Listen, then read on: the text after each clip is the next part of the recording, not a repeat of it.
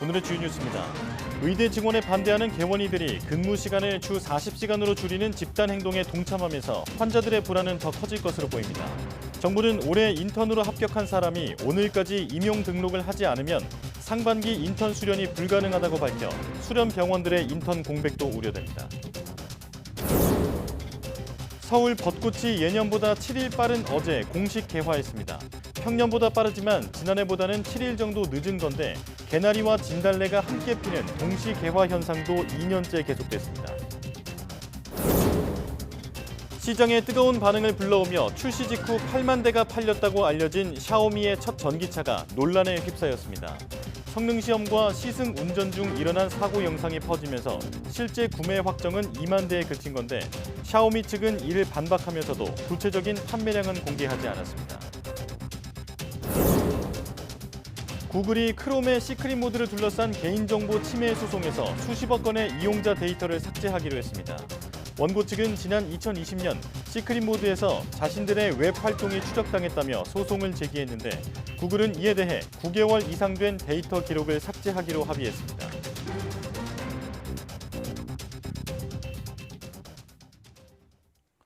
여러분 안녕하십니까? 4월 2일 사이언스 투데이입니다.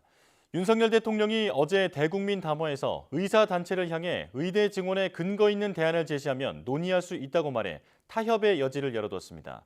의사단체는 그동안 요구해온 2,000명 증원 철회가 없는 점에 초점을 두고 실망했다고 표현하며 진료 축소 방침을 그대로 진행할 뜻을 나타냈습니다. 김평정 기자입니다.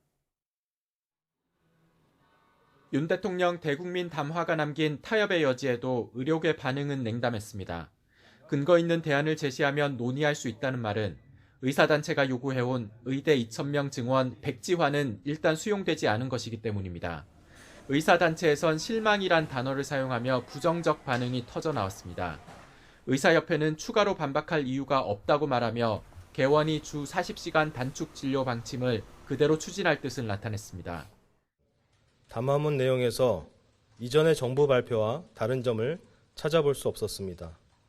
많은 기대를 했던 만큼 더 많은 실망을 하게 된 담화문이었습니다. 임현택 의협 차기 회장은 입장이 없다는 것이 공식 입장이란 냉소적 반응을 보였고 전공의 단체는 침묵을 지키고 있습니다. 의대 교수들은 예고한 대로 주 52시간 이내로 진료 시간을 단축하는 준법 투쟁에 들어갔습니다. 중증 환자를 제외한 외래 진료와 수술 일정은 최소한으로 줄이게 됩니다. 의료계 반응을 보면 윤 대통령이 협상의 실마리로 제시한 통일된 대안 마련은 이뤄질 가능성이 현저히 낮은 상태입니다. 당분간은 강대강 대치가 계속 이어지면서 의료 공백으로 인한 환자들 불편이 커질 수밖에 없어 보입니다. YTN 김평정입니다.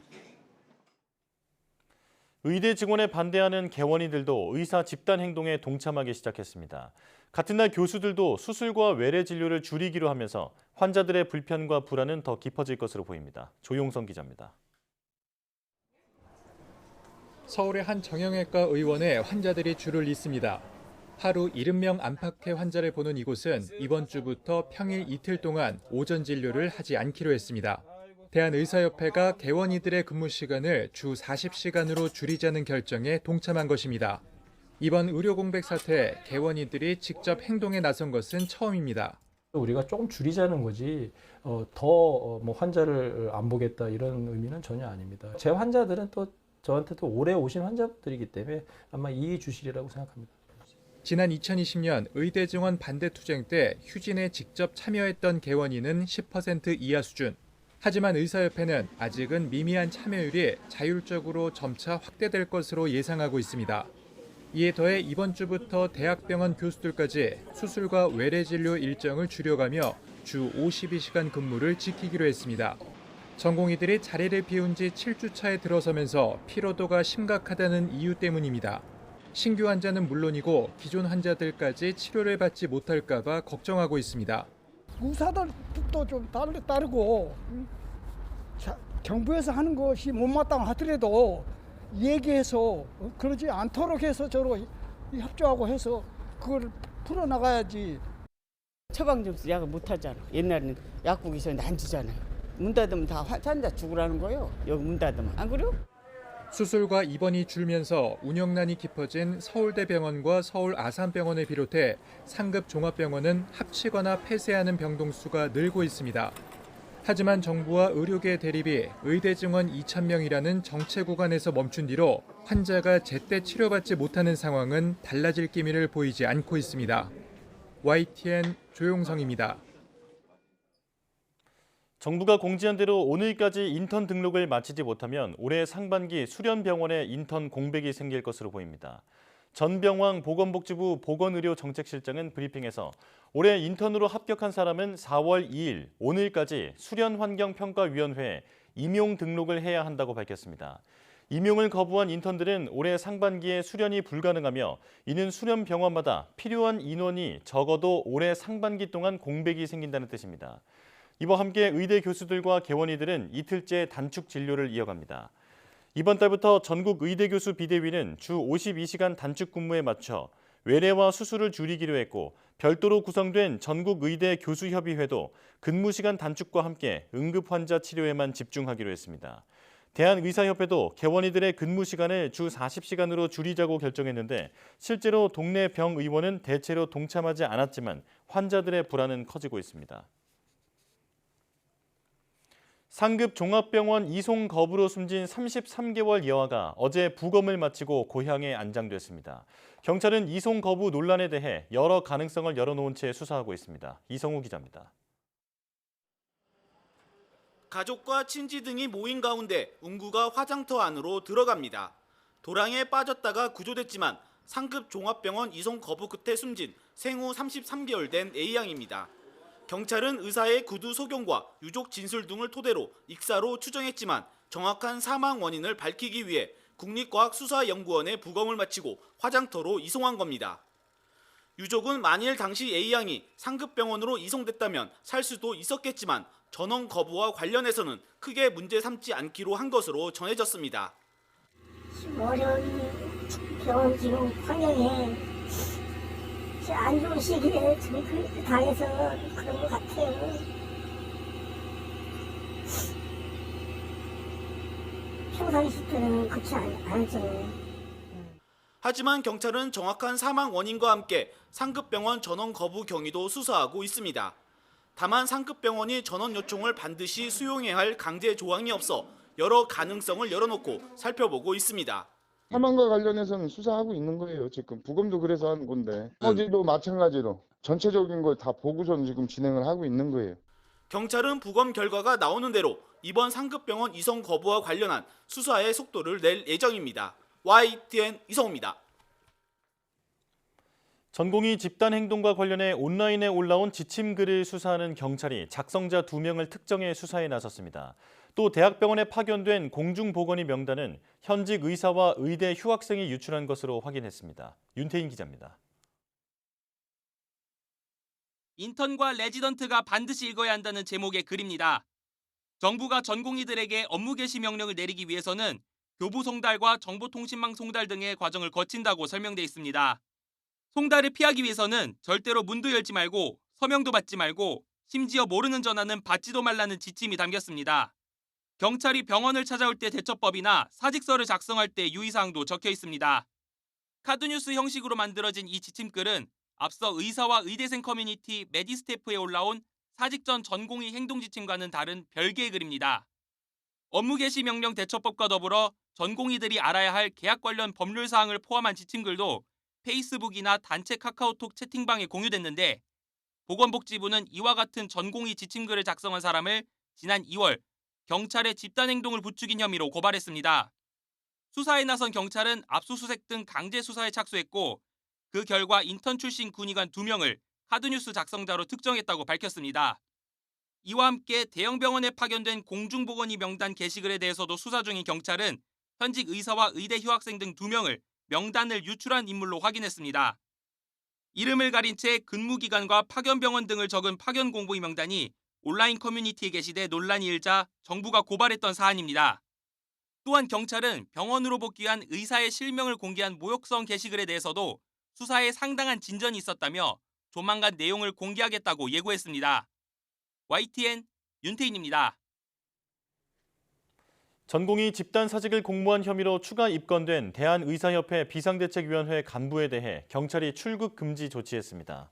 서울경찰청 공공범죄수사대는 법무부를 통해 강원도 의사회 소속 의협 비대위원 신모 씨의 출국을 금지했다고 밝혔습니다. 경찰은 지난달 18일 보건복지부에서 고발한 5명 외에도 구체적인 내용이 확인됐다며 신 씨를 업무방해 등 혐의로 입건했습니다. 신 씨는 이번 주 안에 포렌식 조사에 참관할 예정입니다.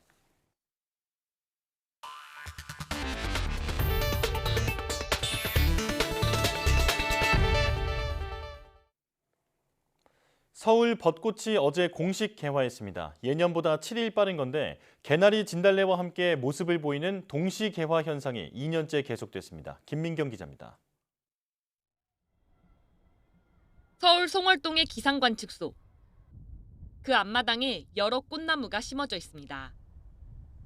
그 가운데 하나인 왕벚꽃나무. 서울의 벚꽃 개화를 알리는 표준목입니다. 그 가지에 하얀 벚꽃 새송이가 수줍게 꽃을 틔웠습니다. 서울의 벚꽃 개화는 서울기상관측소에서 지정된 관측목에서 측정하며 여의도는 여의소로 국회 맞은편 118번에서 120번 벚나무 한 가지에 새송이 이상의 꽃이 활짝 피었을 때를 말합니다. 올해 개화는 평년보다 7일 빨랐지만 이상고온으로 유난히 빨랐던 지난해보다는 7일 늦었습니다. 이 서울의 대표 벚꽃 군락지인 여의도 윤중로의 벚꽃은 지난 휴일에 개화했습니다. 이 벚꽃 축제가 지난 금요일에 시작됐기 때문에 아직 만발한 벚꽃을 보기는 어려운 상황입니다. 한 절반도 못 핀 것 같더라고요. 그래서 사진도 예쁘게 찍어주고 싶었는데 생각보다 이제 이렇게 많이 활짝 핀 데를 일부러 찾으려고 하니까 더 어렵더라고요. 벚꽃이 피기 시작한 윤중로 주변에는 개나리와 진달래도 함께 펴 장관을 이루고 있습니다. 보통 개나리와 진달래가 진 뒤 벚꽃이 피는데 세 종류의 꽃을 동시에 보는 건 이례적인 현상입니다. 지난해 이상고온으로 봄꽃 동시 개화가 나타났다면 올해는 긴 꽃샘추위와 잦은 비로 이런 현상이 재현됐습니다. 온난화로 봄철 날씨 변동이 심해지면서 나타나는 현상으로 보입니다. 이번 주에는 낮 기온이 평년을 크게 웃도는 포근한 날씨가 이어질 걸로 보입니다. 따라서 주말쯤에는 벚꽃이 만발하면서 4월 봄의 절정기를 아름답게 장식할 전망입니다. YTN 김민경입니다. 수원에서 전기 승합차가 갑자기 맹렬한 속도로 돌진해 차량 2대를 파손하는 사고가 발생했습니다. 운전자는 급발진 사고라고 주장하고 있는데 최근 일주일 사이 이런 급발진 추정 사고가 잇따르고 있습니다. 문제점을 이승윤 기자가 보도합니다. 경기도 수원 주택가에서 70대 남성이 몰던 전기 승합차가 갑자기 맹렬한 속도로 돌진합니다. 차량 2대를 덮치고 나서야 멈춰섰습니다. 운전자는 브레이크를 밟았는데도 소용이 없었다고 주장했습니다. 정차를 하기 위해 브레이크를 밟았는데 갑자기 순간 굉음이 나며 급가속을 하였다고 합니다. 당시 기아를 조작하거나 시동을 끄려고 하지 않았냐고 물어보니 그런 것은 전혀 없었다고 합니다. 이런 급발진 추정 사고가 최근 잇따르고 있습니다. 지난달 26일 서울 강남 고속버스 터미널 대합실로 1톤 화물차가 돌진해 7명이 다쳤습니다. 지난달 24일에도 인천 미추홀구에서 택시가 가로등과 승용차, 버스를 들이받아 1명이 숨지고 1명이 다쳤습니다. 모두 차량 급발진으로 추정되는 사고. 지난 2017년부터 2021년까지 소방청이 집계한 급발진 추정 사고는 약 800건. 넷 중 하나는 수도권에서 발생했습니다. 문제는 수사를 담당하는 경찰이 급발진 추정 사고 통계를 관리하지 않는다는 점. 또 피해자가 차량 결함 원인을 입증하도록 규정한 현행법도 문제라는 지적입니다. 차량 기술이 워낙 고도화돼 있어 전문가가 아닌 시민이 결함을 입증하기란 거의 불가능합니다. 실제로 한국교통안전공단이 2010년부터 2022년까지 집계한 급발진 의심사고 766건 중 급발진 인정 사례는 단 한 건도 없었습니다. 2022년 강릉에서 할머니가 몰던 SUV의 급발진 추정 사고로 손자인 이도현 군이 숨진 일을 계기로 소비자가 아닌 제조사가 결함을 입증하도록 하는 제조물 책임법 개정안, 이른바 도현이법이 발의됐지만 표류 중입니다. 법안은 상임위 문턱조차 넘지 못한 채 21대 국회에 임기 종료와 함께 자동 폐기될 운명에 놓인 가운데 급발진 추정 사고가 잇따르며 시민 안전을 위협하고 있습니다. YTN 이승윤입니다. 포르쉐의 타이칸을 빼닮았다고 해서 샤이칸이라는 별명이 붙은 샤오미의 첫 전기차, 시장의 뜨거운 반응만큼 논란도 불거지고 있습니다. 성능 시험과 시승 운전 중에 사고 영상이 퍼지면서 8만 대를 넘었다는 판매 실적 가운데 구매 확정은 2만 대에 그쳤다는 말도 나왔습니다. 베이징 강정규 특파원입니다. 모퉁이를 돌던 차가 균형을 잃고 비틀거리더니 가드레일을 들이받고 맙니다. 샤오미의 첫 전기차 SU7, 수치의 시승 운전 중에 사고가 난 겁니다. 차량 성능을 의심하는 시선도 있었지만 샤오미 측은 고객의 운전 미숙 탓으로 돌렸습니다. 转弯的时候加速，然后加速太快，高架下面全是湿的，然后就撞上去了。 시승 차량이 길가 연석을 밟은 뒤 바퀴가 터지기도 했습니다. 큰 사고가 아니었는데도 휠이 찌그러지고 차체가 주저앉은 모습에 안전성 논란도 불거졌습니다. 我给雷总发的，雷总啊，他们这个是撞到那个马路牙子就爆胎了吧？ 자동으로 차간 거리를 유지해주는 주행 보조 시스템의 반응 시험 영상도 입방아에 올랐습니다. 시속 120km부터 앞에 멈춰선 모형 차량을 추돌했는데 테슬라 모델 3의 기록에 못 미친 탓입니다. 会怎么样呢？会怎么样呢？哇哇哇！上！我，朋友看到了，撞了，120。 수치가 포르쉐 타이칸의 디자인을 그대로 베꼈다는 복붙 영상. 샤오미의 또 다른 짝퉁 샤이칸이란 오명을 남겼습니다. 출시 24시간 만에 8만 대 넘게 팔렸다고 하지만 구매 확정은 2만 대에 그쳤다는 말도 들립니다. 샤오미 측은 틀린 숫자라고 반박하면서도 실제 몇 대나 주문 생산에 들어가는진 공개하지 않았습니다. 예약금 환불 시한 7일이 지날 즈음인 이번 주말에 실제 판매 실적에 윤곽이 나올 거로 보입니다. 베이징에서 YTN 강정규입니다. 구글 크롬의 비공개 검색 기능인 시크릿 모드에서 개인정보를 보호받지 못했다며 제기된 소송에서 구글이 이용자 데이터 기록 수십억 건을 삭제하기로 합의했습니다. AP통신에 따르면 구글은 샌프란시스코 연방법원에 제출한 문서에서 원고 측과 9개월 이상 된 수십억 개의 이용자 데이터 기록을 삭제하기로 합의했다고 밝혔습니다. 지난 2020년 미국 내 일부 구글 이용자는 시크릿 모드에서 검색 내용과 방문 사이트 등 자신들의 웹 활동이 추적당했다며 소송을 제기했습니다. 이용자들은 시크릿 모드 사용 시 기록이 추적되지 않을 것이라고 기대했지만 실제 구글이 웹사이트 방문자들이 주고받은 데이터 양인 웹 트래픽 평가와 광고 판매를 위해 이를 추적했다고 주장하며 50억 달러, 우리 돈으로 6조 5천억 원의 손해배상을 청구했습니다. 이번 소송은 지난해 12월 합의가 됐지만 구체적인 합의 내용은 공개되지 않았고 이번에 법원에 제출한 문서를 통해 확인됐습니다. 공정거래위원회가 해외 반도체 기업들의 공정거래법 위반 혐의에 대해 조사를 벌이고 있습니다. 공정위는 미국 반도체 기업 텍사스 인스트루먼트와 네덜란드 기업 NXP 반도체를 상대로 조사를 벌이고 있습니다. 이들은 한국 대리점을 통해 반도체를 판매하는 과정에서 재판매 가격 유지 행위 등 가격 결정에 부당하게 개입한 혐의를 받고 있습니다. 재판매 가격 유지 행위는 상품 제조업체가 도소매 가격을 제한해 도소매 업체가 일정 범위에서만 상품을 팔도록 강제하는 것으로 공정거래법 위반 사안입니다. 이와 별개로 공정위는 미국 의료기기 업체 보스턴 사이언티픽의 불법 리베이트 등 공정거래법 위반 여부도 조사 중인 것으로 전해졌습니다. 원달러 환율 오름세가 심상치 않습니다. 지난주 1,350원을 넘어선 뒤 주춤하고 있긴 하지만 한동안 달러 강세가 이어질 거라는 분석이 나옵니다. 이형원 기자입니다. 지난달 28일 원달러 환율은 장중 1,353원까지 치솟았습니다. 지난해 11월 이후 5달 만에 최고치를 기록한 겁니다. 달러 강세를 이끈 건 미국의 통화 정책입니다. 애초 예상과 달리 기준금리 인하 시점이 늦춰지고 있기 때문입니다. 제롬 파월 연방준비제도 의장은 최근에도 금리 인하를 서두를 필요가 없다고 강조했습니다. If the economy evolves broadly as expected, it will likely be appropriate to begin dialing back policy restraint at some point this year. 엔화와 위안화 등 다른 통화가 약세를 보인 것도 달러 가치를 밀어올리고 있습니다. 우리 경제 상황보다는 대외 변수 탓에 원화 가치가 약세를 이어가고 있는 겁니다.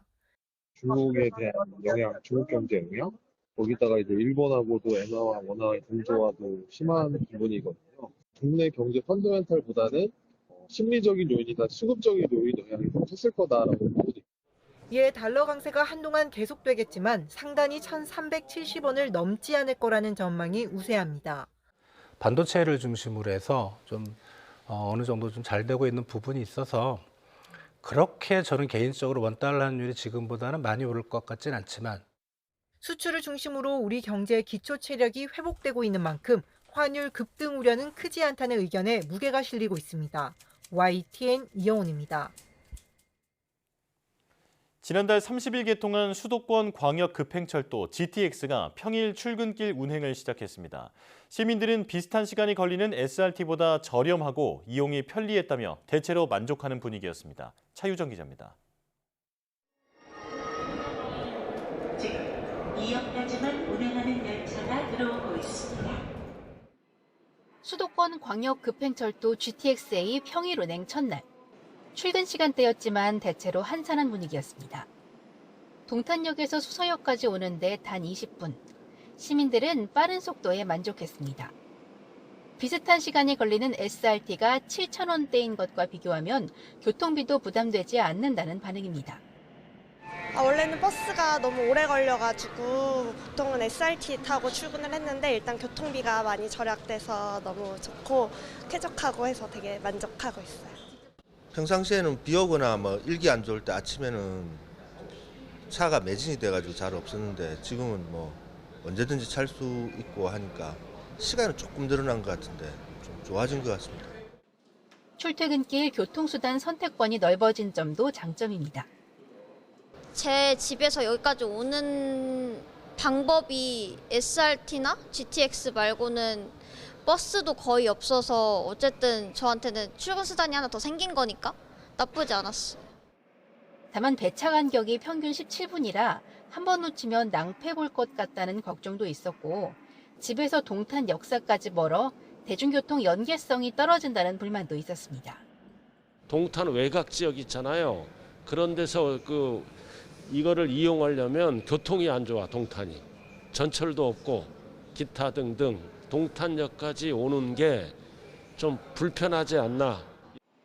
새벽 5시 반부터 오전 9시까지 이용 승객은 1,900여 명. 이용객은 예상됐던 평일 출근 수요 4천여 명의 40% 수준에 불과했습니다. 국토부는 승객들이 새 교통수단에 대해 인지하고 패턴을 바꾸는 기간이 필요하다고 설명했습니다. 당국은 안전운행에 특별히 신경 쓰고 있습니다. 아직 운행 초기라 이용객이 적었지만 향후 서울 지하철 9호선처럼 붐빌 수 있다는 우려도 있습니다. 특히 GTX는 지하 40-50m 아래에 지어져 계단이나 에스컬레이터가 상대적으로 길다는 점도 주의해야 합니다. 인파가 한꺼번에 몰리면 자칫 대형 사고로 이어질 수 있는 만큼 당국은 지속적인 훈련과 교육으로 안전운행에 주력할 방침입니다. YTN 차유정입니다.